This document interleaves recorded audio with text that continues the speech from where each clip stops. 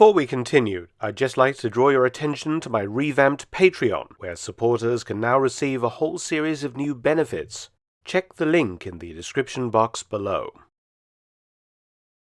With the release of the new Russell Crowe film Nuremberg, attention is once again focused on Hermann Göring, and in particular his alleged drug addiction. Though Göring having an addiction is often alluded to in books and films, it has been debated by serious historians for decades, both as to whether Göring was actually an addict in the modern sense of the word, and what exactly he was addicted to. Recently, however, I was presented with very compelling proof to answer both of those questions, when Billy Leroy, host of the HBO Max program Billy Buys Brooklyn, contacted me. He had purchased 2 Hermann Göring letters at the Baltimore Antique Arms Show in Maryland in March 2025. The dealer who sold him the letters bought them in February of that year at an auction at the upstate New York town of Clarence, where the explosive contents of the letters were not even translated and therefore remained unknown. The letters themselves came from the effects of a World War II veteran and presumably had been brought back from Europe at the end of the war. Mr. Leroy took a chance and purchased the letters and translated them, and as you will see, the contents are fairly incredible, cast-iron proof of Göring's addiction. So before we dive into that, how did Göring end up addicted to drugs? It dates not to World War I, when Göring was an ace fighter pilot on the Western Front, but to his early association with Adolf Hitler. Following the German surrender, Göring returned home a military hero, but short of funds and unemployed. He used his skills as a pilot to provide himself with an income, first as a barnstorming aviator and then working for Fokker in Denmark, where he spent most of 1919, before moving to Sweden to become a pilot for the Swedish airline Svensk Lufttrafik, often acting as a VIP pilot. There he formed a friendship with Count Erich von Rosen and met his future first wife through the Count. Karin von Consul was the Count's sister-in-law and estranged from her husband of 10 years, and she also had an 8-year-old son. Göring next studied political science at the University of Munich in 1921, and Karin obtained a divorce and married Göring in February 1922. Göring first became transfixed by Hitler after hearing him speak in 1922 in Munich, and he joined the NSDAP. Hitler was very happy to cultivate someone like Göring, who added an aura of upper-class respectability to the party, not to mention being a genuine war hero and holder of Imperial Germany's highest decoration for valor, the Pour le Mérite. Göring was appointed head of the SA, the Sturmabteilung, the Brown Shirts, on the 1st of March 1923, and his wife Karin was also close to the Führer.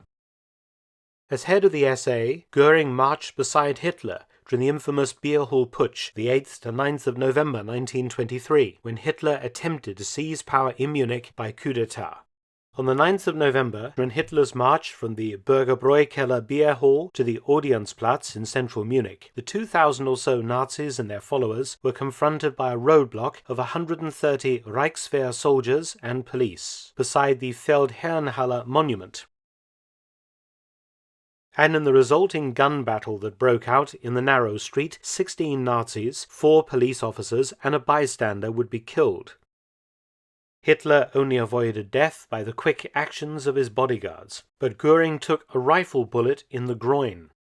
Unlike Hitler and many other putschists, Göring managed to avoid arrest, and aided by his wife and other supporters, he was smuggled out to Innsbruck in Austria, where he underwent surgery, morphine being administered as a painkiller during his recovery. Göring then went to Venice, thence to Rome in 1924 before returning to Sweden. Unable to return to Germany, of course, because he was a wanted man. It was a very dark time for the Görings. Karin was ill with a weak heart, her mother was also ill, and Göring had become a violent addict who was eventually placed in psychiatric care in an asylum due to his addiction to drugs. In 1925, doctors managed to officially wean Göring off the drugs, and his psychological state was ascribed completely to his addiction. The two letters that have come to light are dated 11th of May and 12th of June 1925, and were both sent to a Fräulein Göring, living then at 13 Blumenstrasse, Munich. Clearly this woman was connected to Hitler in some capacity, as Göring is demanding that the Führer intercede on his behalf to obtain drugs for him, and have them sent to Stockholm, where Göring was then living. The first letter is written on paper headed by the Göring family crest. It is dated May 11th, 1925, and reads as follows. Quote, Dear Fräulein, 10 days ago I sent an express letter to Penskofer asking him to provide a medication that is not available, which we urgently need. The Penskofer Göring refers to was the administrator of the estate of the wealthy businessman and lover of Göring's mother, Hermann Ritter von Eppenstein. When Göring was a child, he lived in properties, primarily Weltenstein and Mautendorf castles, owned by his mother's lover and his own godfather von Eppenstein. In 1925, von Eppenstein, who was half Jewish, was still alive, and on his death in 1934 left his properties to his widow, with instructions that on her death everything was to go to his godson, Hermann Göring. Penskofer was in charge of ensuring that these instructions were carried out to the letter, and in due course in 1939 Göring would inherit both castles from his half-Jewish godfather. Such are the strange contradictions of history.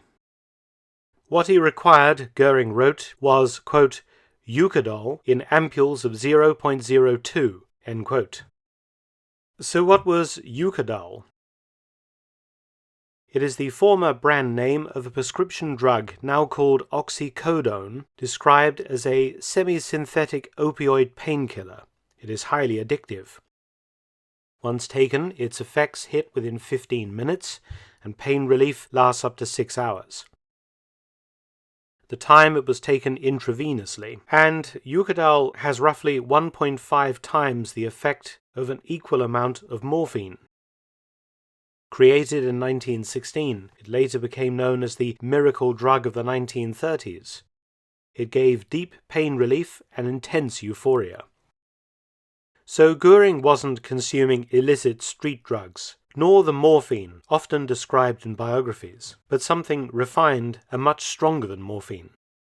Once Göring was hooked from receiving his gunshot wound, he was listless, grew overweight, and was short-tempered to the point of physical violence. But Göring was also aware that he was an addict and tried several times to quit this drug, without success. Being addicted was expensive, and living in Sweden, Göring plunged his new family into extreme poverty by pawning off possessions to buy the drug he craved. And this was while he was still flying as an airline pilot. He was also increasingly violent towards Karin, violence that eventually saw Karin have him committed to a mental hospital to try and get him off the drugs. The second letter followed the first, and was written during the height of Göring's early addiction. Göring wrote again to Fräulein Göring, the 12th of June 1925, quote, Dear Fräulein, about 10 days ago I sent a very important something which we can't understand, which contained a letter for Hitler to Penskofer. I asked Penskofer to hand over this letter immediately to Hitler personally and to give me immediately a message about it. End quote. Göring continues by demanding Penskofer reply to him. Both letters betray Göring's desperation to obtain Eucadol, and evidently his desire that the Nazi Party should provide this to him gratis. His wound had, after all, been sustained in the service of the party. By September, Göring, the violent addict, would be wearing a straitjacket and sitting in a hospital room being treated for his addiction, unsuccessfully as it turned out, despite his efforts to kick the drugs, lose weight and be a better husband. After release from hospital, Göring returned to Germany in 1927, following an amnesty for those involved in the 1923 putsch, and resumed his place high up in the Nazi Party. It is clear from records that Göring, though he never again became psychotic over access to drugs, continued to use Eucadol or something similar for some years, as he rose to fame and fortune within the Nazi Party, and of course obtaining drugs became much easier for him to do. However, it has emerged that around 1930 and instead had settled on using a milder derivative, something called paracodeine or DHC, taken in pill form. The paracodeine pills were taken multiple times a day, but Göring no longer experienced the violent cravings or psychotic episodes of the first phase of his addiction to Eucadol. He was basically mildly dosed all day long, and indeed, when the Americans began to wean him off the pills in 1945 following his capture, the side effects were reportedly quite mild. It should be noted that amongst his baggage, when Göring voluntarily gave himself up to the Americans in early May 1945, were 2 leather suitcases containing over 20,000 paracodeine pills. As a study noted in the National Library of Medicine, the US, quote, ultimately, his history of substance abuse had no significant impact on his capabilities, ruthlessness, and leading role in Nazi crimes, end quote. According to medical experts who have reviewed Göring's addiction and substance abuse, Göring's later pill popping from the early part of World War II until 1945 was in fact a crude form of opioid maintenance therapy that is akin to, say, methadone treatment by heroin addicts today. By taking these pills, it helped him to stave off his desire for Eucadol while affording him some of the high of the original drug he had been addicted to. So we might argue, based on the medical opinion in several studies, that although Göring was a drug addict, he was managing his drug addiction by taking a much milder form of the drug.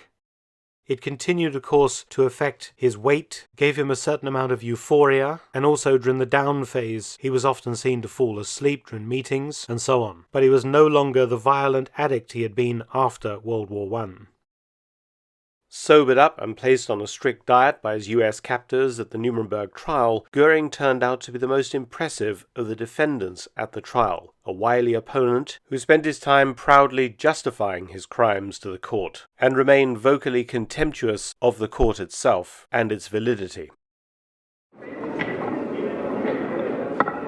Hermann Wilhelm Göring.